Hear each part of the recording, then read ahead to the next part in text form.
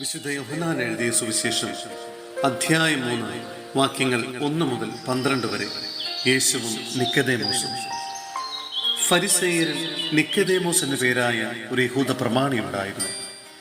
അവൻ രാത്രി യേശുവിൻ്റെ അടുത്ത് വന്നു പറഞ്ഞു, റബ്ബി, അങ്ങ് ദൈവത്തിൽ നിന്ന് വന്ന ഒരു ഗുരുവാണെന്ന് ഞങ്ങൾ അറിയുന്നു. ദൈവം കൂടെയില്ലെങ്കിൽ ഒരുവനും നീ ചെയ്യുന്ന ഈ അടയാളങ്ങൾ പ്രവർത്തിക്കാൻ കഴിയുകയില്ല. യേശു പറഞ്ഞു, സത്യം സത്യമായി ഞാൻ നിന്നോട് പറയുന്നു, വീണ്ടും ജനിക്കുന്നില്ലെങ്കിൽ ഒരുവന് ദൈവരാജ്യം കാണാൻ കഴിയുകയില്ല. നിക്കോദേമോസ് ചോദിച്ചു, പ്രായമായ മനുഷ്യന് ഇതെങ്ങനെ സാധിക്കും? അമ്മയുടെ ഉദരത്തിൽ വീണ്ടും പ്രവേശിച്ച് അവന് ജനിക്കുവാൻ കഴിയുമോ? യേശു പ്രതിവചിച്ചു, സത്യം സത്യമായി ഞാൻ നിന്നോട് പറയുന്നു, ജലത്താലും ആത്മാവിനാലും ജനിക്കുന്നില്ലെങ്കിൽ ഒരുവനും ദൈവരാജ്യത്തിൽ പ്രവേശിക്കുക സാധ്യമല്ല. മാംസത്തിൽ നിന്ന് ജനിക്കുന്നത് മാംസമാണ്, ആത്മാവിൽ നിന്ന് ജനിക്കുന്നത് ആത്മാവും. നിങ്ങൾ വീണ്ടും ജനിക്കണം എന്നു ഞാൻ പറഞ്ഞതുകൊണ്ട് നീ വിസ്മയിക്കേണ്ട. കാറ്റ് അതിനിഷ്ടമുള്ളിടത്തേക്ക് വീശുന്നു, അതിൻ്റെ ശബ്ദം നീ കേൾക്കുന്നു, എന്നാൽ അതെവിടെ നിന്ന് വരുന്നെന്നോ എവിടേക്ക് പോകുന്നെന്നോ നീ അറിയുന്നില്ല. ഇതുപോലെയാണ് ആത്മാവിൽ നിന്ന് ജനിക്കുന്ന ഏവനും. ഇതെല്ലാം എങ്ങനെ സംഭവിക്കുമെന്ന് നിക്കോദേമോസ് ചോദിച്ചു. യേശു പറഞ്ഞു, നീ ഇസ്രായേലിലെ ഗുരുവല്ലേ? എന്നിട്ടും ഇക്കാര്യമൊന്നും മനസ്സിലാകുന്നില്ലേ?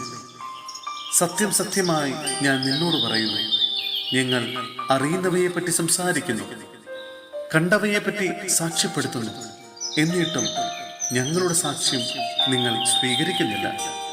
ഭൗമിക കാര്യങ്ങളെപ്പറ്റി ഞാൻ പറഞ്ഞത് നിങ്ങൾ വിശ്വസിക്കുന്നില്ലെങ്കിൽ സ്വർഗീയ കാര്യങ്ങൾ പറഞ്ഞാൽ എങ്ങനെ വിശ്വസിക്കും?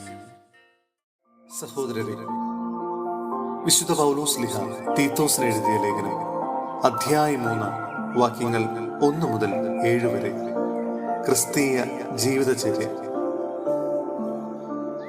ഭരണകർത്താക്കൾക്കും മറ്റധികാരികൾക്കും കീഴ്പ്പെട്ടിരിക്കാനും അനുസരണമുള്ളവരായിരിക്കാനും സത്യസന്ധമായ ഏതൊരു ജോലിക്കും സന്നദ്ധരായിരിക്കാനും നീ ജനങ്ങളെ ഓർമ്മിപ്പിക്കുക. ആരെയും പറ്റി തിന്മ പറയാതിരിക്കാനും കലഹങ്ങളിൽ നിന്ന് ഒഴിഞ്ഞു നിൽക്കാനും സൗമ്യരായിരിക്കാനും എല്ലാ മനുഷ്യരോടും തികഞ്ഞ മര്യാദ പ്രകടിപ്പിക്കാനും നീ അവരെ ഉദ്ബോധിപ്പിക്കുക.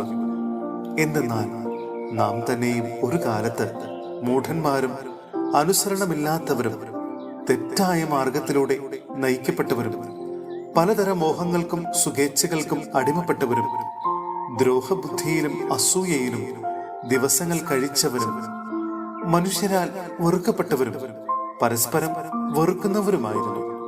എന്നാൽ നമ്മുടെ രക്ഷകനായ ദൈവത്തിന്റെ നന്മയും സ്നേഹം നിറഞ്ഞ കാരുണ്യവും വെളിപ്പെട്ടപ്പോൾ അവിടുന്ന് നമുക്ക് രക്ഷ നൽകി.